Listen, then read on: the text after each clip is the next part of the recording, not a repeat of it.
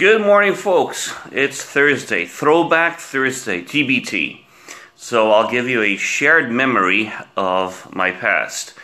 There's something to be said about structured way of learning. Structured way of learning, the way I learned from, I'll put it from a point of view from martial arts, and one of the things I enjoyed from one of my teachers.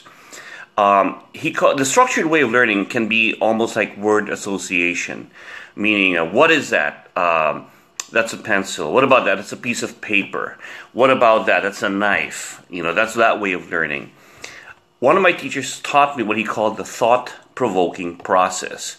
And the thought-provoking process for him was pretty much something where you are encouraged to start learning how to learn. Learn how to learn on your own. So for example, if he presented you with a pencil, the structured way is, it's a pencil. That's it. What's next? Paper. Whereas in his way, and they would say it's a Filipino way of teaching, which is very informal, and they say sometimes it takes a village to raise a child. So I would say, okay, Mommy, what is this? The kid would go, he goes up to the mom, mom goes, oh, this one, it's a pencil. Can you say pencil? Yes, pencil. And you know what a pencil does? What does a pencil do? It writes. Now go tell your dad. Daddy, do you know what this is? What is it? It's a pencil and it can write. Very good, son. Let me have your pencil. And you know what else you can do with a pencil? You see this part when you look here? That's an eraser. So when you write, you can erase with the eraser. Good job. Now go tell your uncle what this is. Kid goes to his uncle. Uncle, do you know what it is? What? It's a pencil. It can write, and over here is an eraser, and you can erase with it. And the uncle would add and go, very good. And you know what you can do with this? What? You can also stab with it. Now go tell your other uncle. Boy goes, Uncle, this is what I learned. This is a pencil.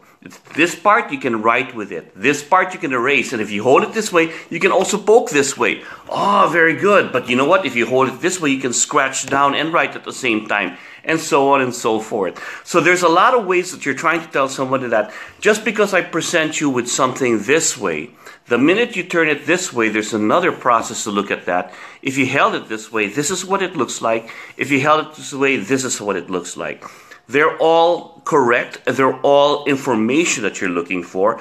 But you're training yourself to start to look and start to learn how to learn more than just the way of saying, this is how it's done, what's next.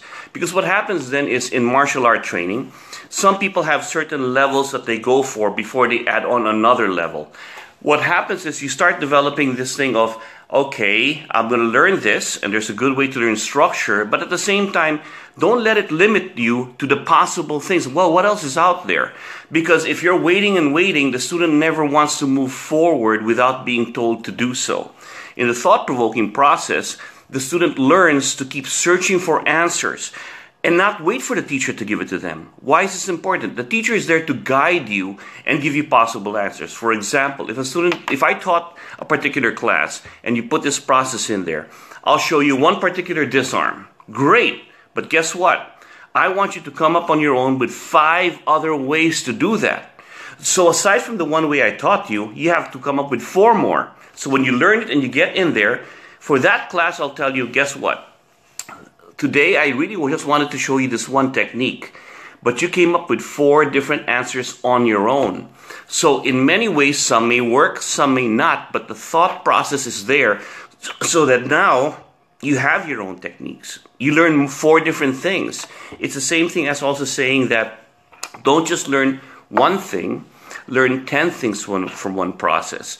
Because if you start to understand the self-discovery of learning, you're going to start to make it yours. And that's what's more important. The teacher guides you for one point, but you've got 4 other ways to learn. And forever then, it'll be yours. It's like saying also this. If I give you pieces of the puzzle that match perfectly, you're going to wait for more puzzles till you see the whole picture. But if I threw in pieces all over the place and you were to fill it in yourself, then you start to develop a picture on your own. I see a dog, I see a cat and everything. Well, it's a picture of a fish. But guess what? Your imagination started running, and because you've learned to fill in the gaps, you're already learning to stimulate a different way of learning, a different way of growth. Doug Marcaida here. Hopefully this Throwback Thursday idea of a lesson that was taught to you, it's the same thing as if you fed a hungry man fish, you feed him for the day. But if you teach him how to fish, you've fed him for life. Enjoying my cup of Joe? Good stuff. Have a great day, guys.